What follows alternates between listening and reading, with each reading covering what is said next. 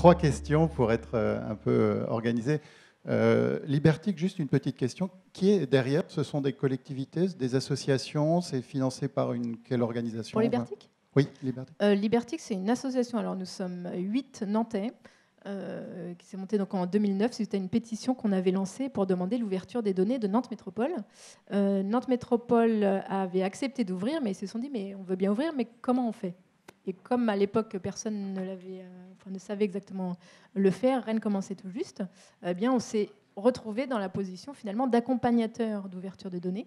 Et donc, c'est une partie des financements. Est-ce que vous êtes encore aujourd'hui pour Nantes alors, on est en relation avec eux, mais on n'est plus dans l'accompagnement. Là, on est dans l'accompagnement sur le projet pilote Open Data Local de l'ouverture de données de petites communes sur la Loire-Atlantique. Oui, bonjour, Franck de Norsberg, MSH International. On est un cabinet de courtage d'assurance à Paris. Moi, j'étais très intéressé par l'approche marché public. Donc, c'est vous, maître, qui en avez essentiellement parlé. Pour nous, c'est extrêmement intéressant parce qu'on répond de façon très concrète aux appels d'offres des collectivités territoriales, des institutions européennes, etc. C'est peut-être sur cet élément, institutions européennes, Commission européenne, que j'aurais souhaité également avoir des informations complémentaires, si vous en avez. De façon très concrète, ma question, c'est, alors effectivement, sur les marchés publics, sur les appels d'offres auxquels nous, on répond, on n'a parfois pas toutes les informations. Donc avec le système du site Internet, on re-questionne, on redemande des informations qui, pour nous semblent évidentes, mais qui ne le sont a priori pas. Ce qui m'intéresserait de savoir, c'est qu'est-ce qu'il en est sur la phase, je dirais, attribution. C'est-à-dire que ça, c'est une phase où on n'a pas vraiment l'information. C'est-à-dire, pourquoi est-ce qu'on a été sélectionné? Enfin, en l'occurrence, ça, on ne le questionne pas vraiment, mais on questionne plutôt pourquoi est-ce qu'on ne l'a pas été. Voilà, c'est surtout ça qui nous interroge. Et plus exactement, alors récemment, on a eu 19,25 sur 20. Je ne savais même pas qu'on pouvait avoir 20 sur 20 pour être attributaire d'un marché, très honnêtement. Hein. Et pourtant, on passe du temps, on y réfléchit, on est stratège, on parle de stratégie, d'ouverture d'informations. Je peux vous dire qu'entre autres, moi et d'autres gens chez nous, on y passe du temps. Et toute cette phase d'attribution, qu'est-ce qu'il en est? C'est-à-dire que pour nous, c'est extrêmement intéressant d'avoir accès à des informations auxquelles on n'a pas vraiment accès aujourd'hui. Et sur cette phase-là, est-ce que les lois que vous avez évoquées vont transformer des choses, vont nous permettre d'avoir accès à d'autres informations ou pas? Vous, c'est vraiment la question côté entreprise qui va faire fuir les collectivités, du coup, dans la salle. Parce que c'est vrai que l'open data va permettre aux entreprises de venir interroger davantage les collectivités et d'obtenir davantage de documents. Il y a 2 instants importants pour vous. Parce que là, vous parlez tout de suite de la fin de la procédure, mais c'est presque déjà un peu tard, alors que peut-être avant et pendant le lancement de la procédure, il serait utile et peut-être judicieux de demander un certain nombre aussi d'informations. Parce que c'est vrai que quand on est nouvel entrant et challenger, on ne dispose pas du même niveau d'information que celui qui sort. Mais celui qui sort, il a peut-être aussi des inconvénients. Bon, bref, on ne va pas refaire le débat des marchés publics. Mais je pense que déjà, effectivement, il y a cette transmission. On a parlé un peu du secret des affaires. Ça va être de véritables enjeux. Qu'est-ce que je peux communiquer à l'opérateur qui en fait la demande? Qu'est-ce que je ne peux pas communiquer?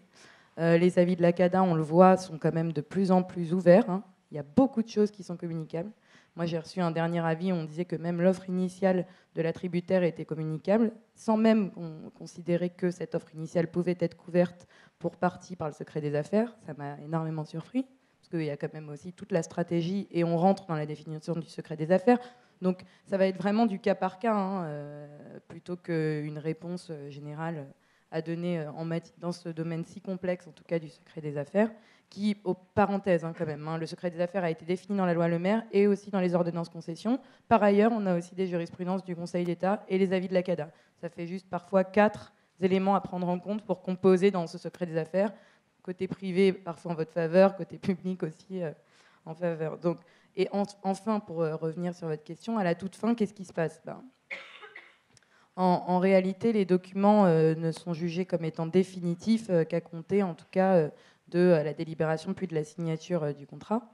Donc, ce qu'on fera, et qui, je le comprends, c'est que souvent, vous restez dans l'opacité totale pendant cette période-là. Il n'y a plus de son, plus d'image. Vous pouvez toutefois appeler, mais c'est vrai que vous ne disposez pas forcément d'un droit de préemption. Alors après, vous le savez, les avis sont de bonnes alertes. Je suis désolée, je n'ai pas de réponse miracle à votre question. Mais par contre, après, une fois le contrat signé, vous allez pouvoir obtenir communication. Aujourd'hui, pas mal d'informations. Juste 2 mots, parce que moi je suis frappé toujours par le fait que souvent la question ne porte pas sur le sujet. Mais ce n'est pas du tout un reproche, mais la question de la notation qui vous préoccupe beaucoup, et qui est évidemment centrale, en fait elle est réglée, elle, par toute autre chose. C'est les modalités de contrôle par le juge administratif de l'attribution des marchés. Et le Conseil d'État est très ferme sur une chose.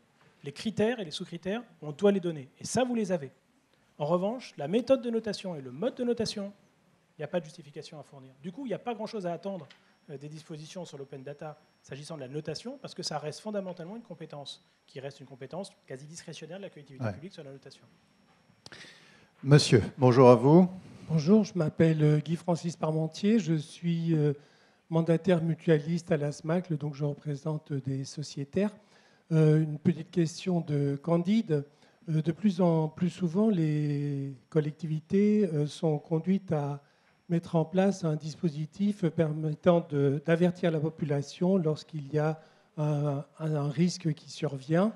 Ce dispositif est souvent constitué par une liste de numéros de téléphone portable sur lesquels on peut envoyer éventuellement un SMS. À partir du moment où cette liste de numéros de téléphone peut être anonymisée et qu'elle est donc disponible, est-ce qu'il y a une obligation de mise en ligne ? Est-ce que, alors, c'est pas une consultation au sens, mais il y a sûrement des éléments qui permettent d'approcher une juste réponse, et peut-être elle est dans la salle aussi. Je donnerai le micro ensuite à monsieur et à une représentante de la CNIL. Juste la troisième question qu'elle se prépare. Luc Brunet, je crois qu'à votre gauche, il y avait une question à venir.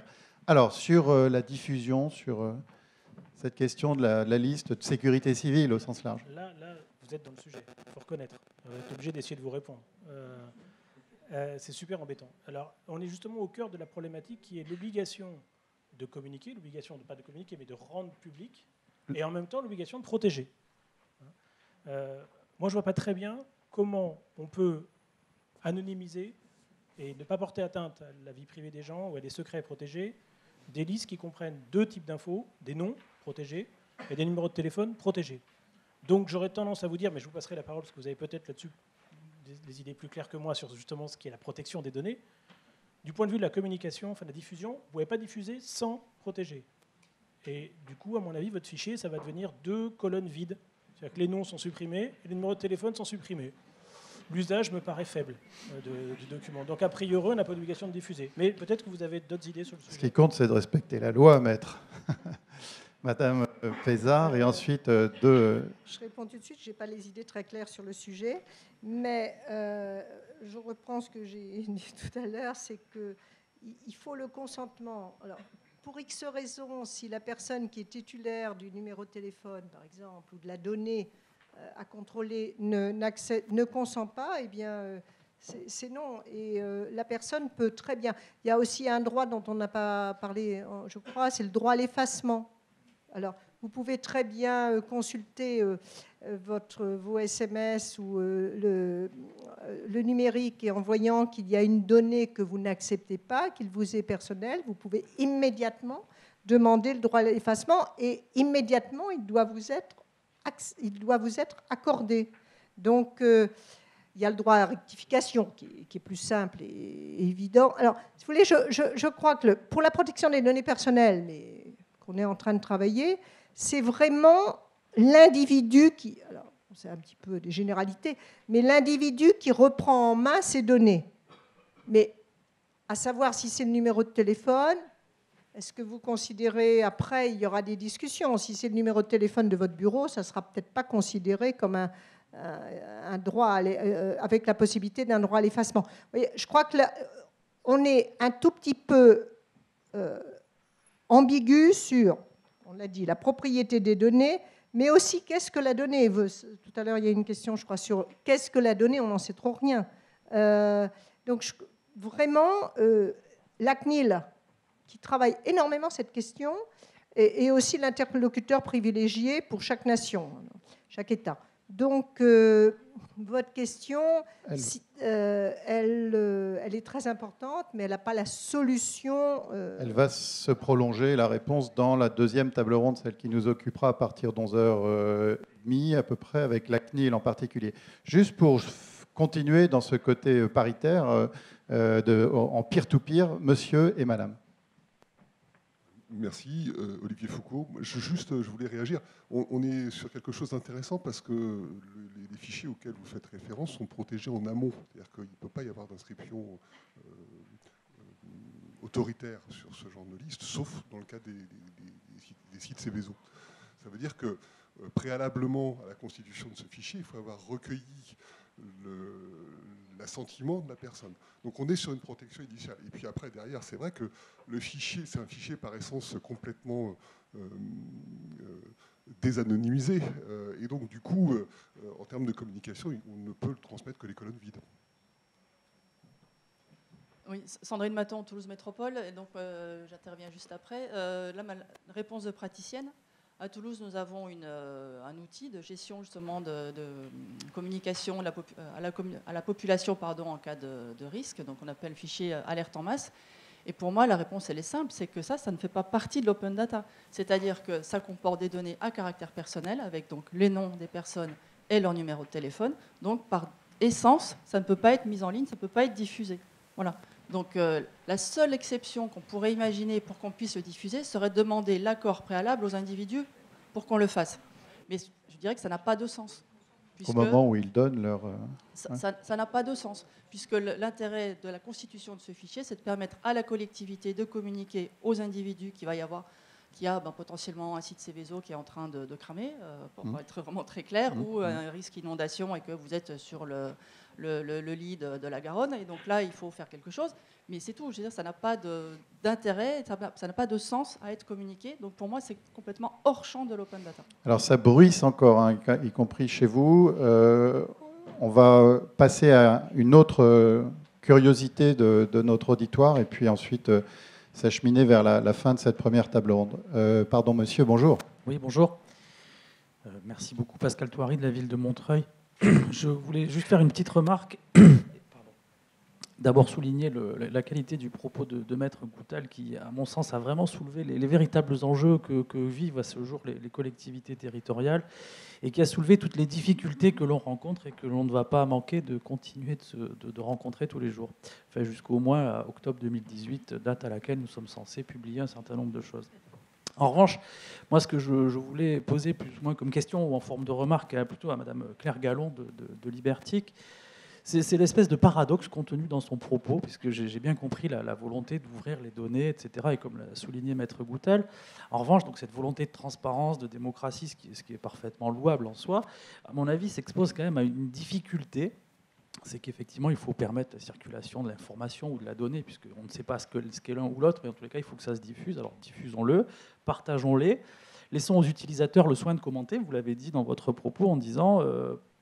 on pourrait montrer à la collectivité qu'il y a eu des erreurs dans ce qu'elle a fait. Donc elle a mal analysé ses propres éléments, ses propres décisions ont été mal prises, puisque finalement les données sur lesquelles elle se fonde pour prendre sa décision ont été sans doute mal analysées. Donc ça pose une question. Qu'est-ce qu'on va diffuser comme données ? Est-ce que ce sont des données retraitées, des données traitées, des données brutes ? Pour que l'utilisateur, le commentateur puisse nous proposer des solutions pour optimiser notre façon de faire.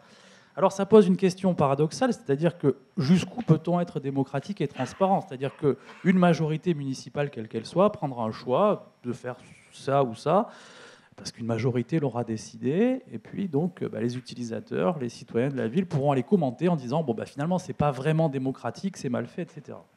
Deuxième chose, donc effectivement il faut être démocratique, c'est très bien. La question, c'est la gratuité. Ça, Maître Goutal l'a parfaitement souligné. Donc, en termes de valorisation du domaine, on sait tous les efforts qu'il y a à faire au niveau des collectivités. Mais alors, sur la donnée, je crois que c'est encore plus saisissant, puisque les collectivités, et Maître Goutal, encore une fois, l'a très bien dit, puisqu'on n'est pas en capacité de le faire, donc on va faire appel à des sociétés pour nous aider.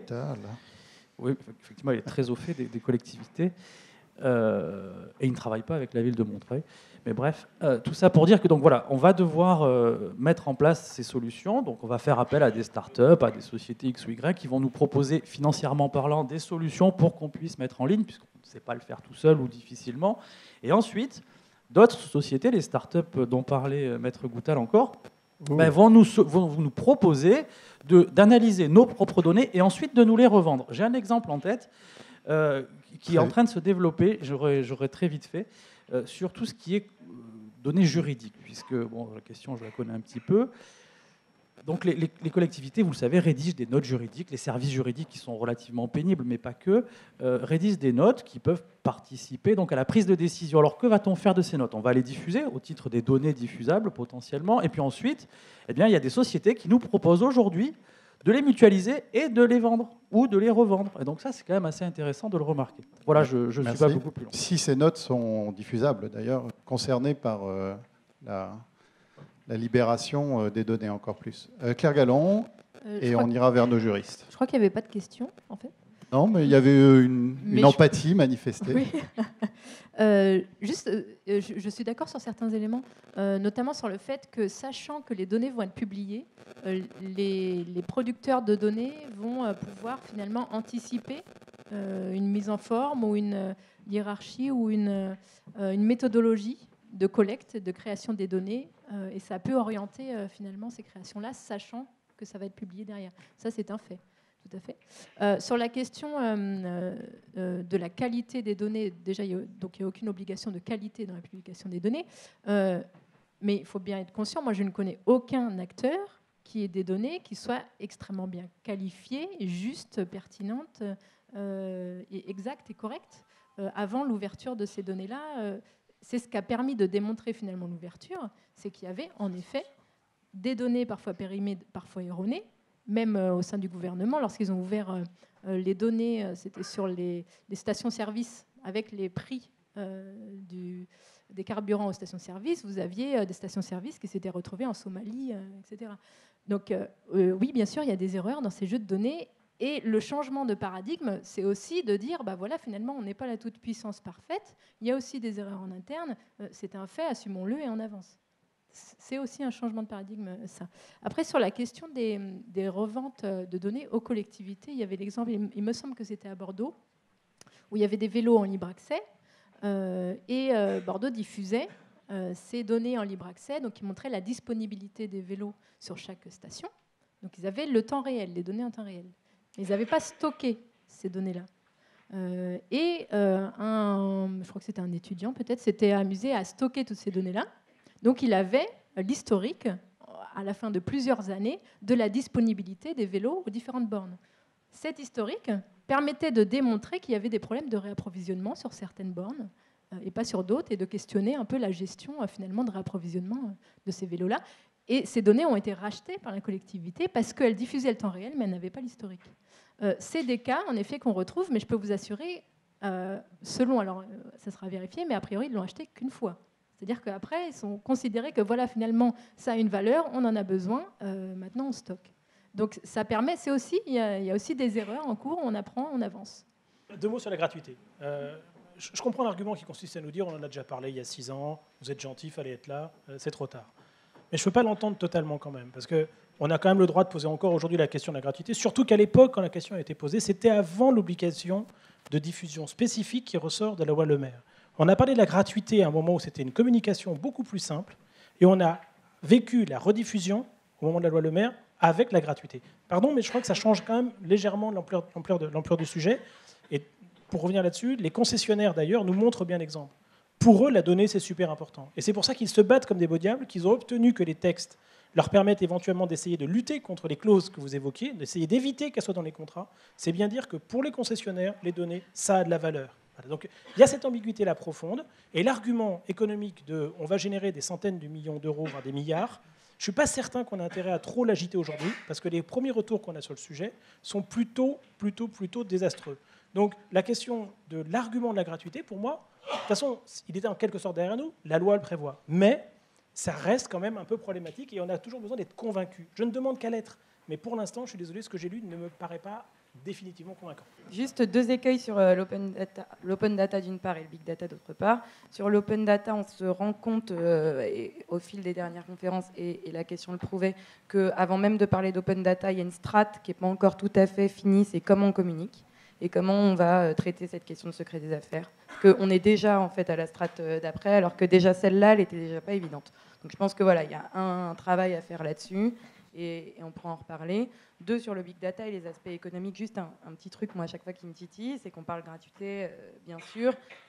Et en plus, la loi Walter, c'est très complexe, c'est un exercice, encore une fois. Je félicite mon confrère parce que cette notion de gratuité derrière, et Luc Bolland en parlait aussi, il y a tout un écosystème. Mais demain, en tout cas, les projets de Smart City, parce qu'aujourd'hui, on parle d'open data, mais il faut aussi parler de l'open data n'est qu'un outil. Derrière, il y a quand même des projets aussi qui vont se monter. Et ces projets de Smart City, il va falloir trouver des modèles économiques. Et c'est pour ça que le rapport Trojet, ça, pour le coup, c'est ce que j'ai trouvé vraiment le plus intéressant. Toute la démonstration sur la gratuité, d'accord. Mais en tout cas, il y a une vraie démonstration aussi sur la question des modèles économiques de demain. C'est le seul qui en a parlé. Aujourd'hui, il n'y a encore rien. Donc là-dessus, le rapport nécessitera un nouvel observatoire. Le rapport comment Trojet. Trojet, oui. D'accord. Donc lisible et compréhensible pour tout le monde, Yvon Goutal. Voilà. Point d'interrogation sur les modèles, on en reparlera, ce sera très intéressant aussi. Lisible mais convaincant. Maître Pézard. Oui, juste 2 mots pour rebondir sur les smart cities et l'open data. Je crois que ce n'est pas l'affaire de juristes. Le juriste est un outil pour la compréhension juridique et de mise en œuvre, mais c'est à la fois c'est toute la collectivité locale en fait qui doit prendre la décision. Là, je pense plus qu'on peut parler de juristes et non juristes. Ce sont les informaticiens, le maire et ses élus et la communauté des citoyens. Je crois que c'est vraiment cette fois un sujet je sais pas comment on dit, de grande citoyenneté, de pluridisciplinaire au sein de la collectivité locale. Le juriste est là, mais il n'est vraiment pas l'essentiel. Et on termine avec ce petit mot qui est revenu sur la gratuité, l'enjeu, Claire Gallon, et on en termine là. Non, c'est juste pour faire un peu d'animation, qu'il y ait un peu de débat, mais pour conclure très rapidement. Pour animer la pause, là. Juste un exemple en fait, qui est donné, il me semble que d'ailleurs que c'était dans le rapport Trojet, sur la question du modèle économique de l'hygiène, parce que oui, les données ont de la valeur. Et l'objectif de la gratuité, c'est de répartir et d'innover au sein de cette valeur. L'IGN, donc commercialiser ces données, mais ça a été évoqué ce matin, et il y avait finalement plus de bénéfices à ouvrir ces données-là qu'à les garder encapsulées. C'est là tout le positionnement, en effet, de la gratuité, c'est l'innovation dans les modèles économiques. Parce que ce que rapporte le Trojet, c'est que l'IGN, en commercialisant ces données, perdait chaque année en fait 30% de son chiffre d'affaires. Pourquoi ? Parce qu'il commercialisait des données géographiques et qu'il y a de plus en plus d'acteurs qui sont positionnés sur la création de données géographiques et des données parfois gratuites avec OpenStreetMap. Et du coup, ils étaient face à des concurrents et à un modèle qui n'était plus soutenable. Et en fait, la gratuité impose à ces acteurs qui vivaient sur une rente quelque part et qui n'est plus tenable dans un monde numérique avec le développement des données et l'accessibilité de création, de production de ces données-là, ça leur impose de changer de modèle. Et c'est ce que provoque en effet cette ouverture.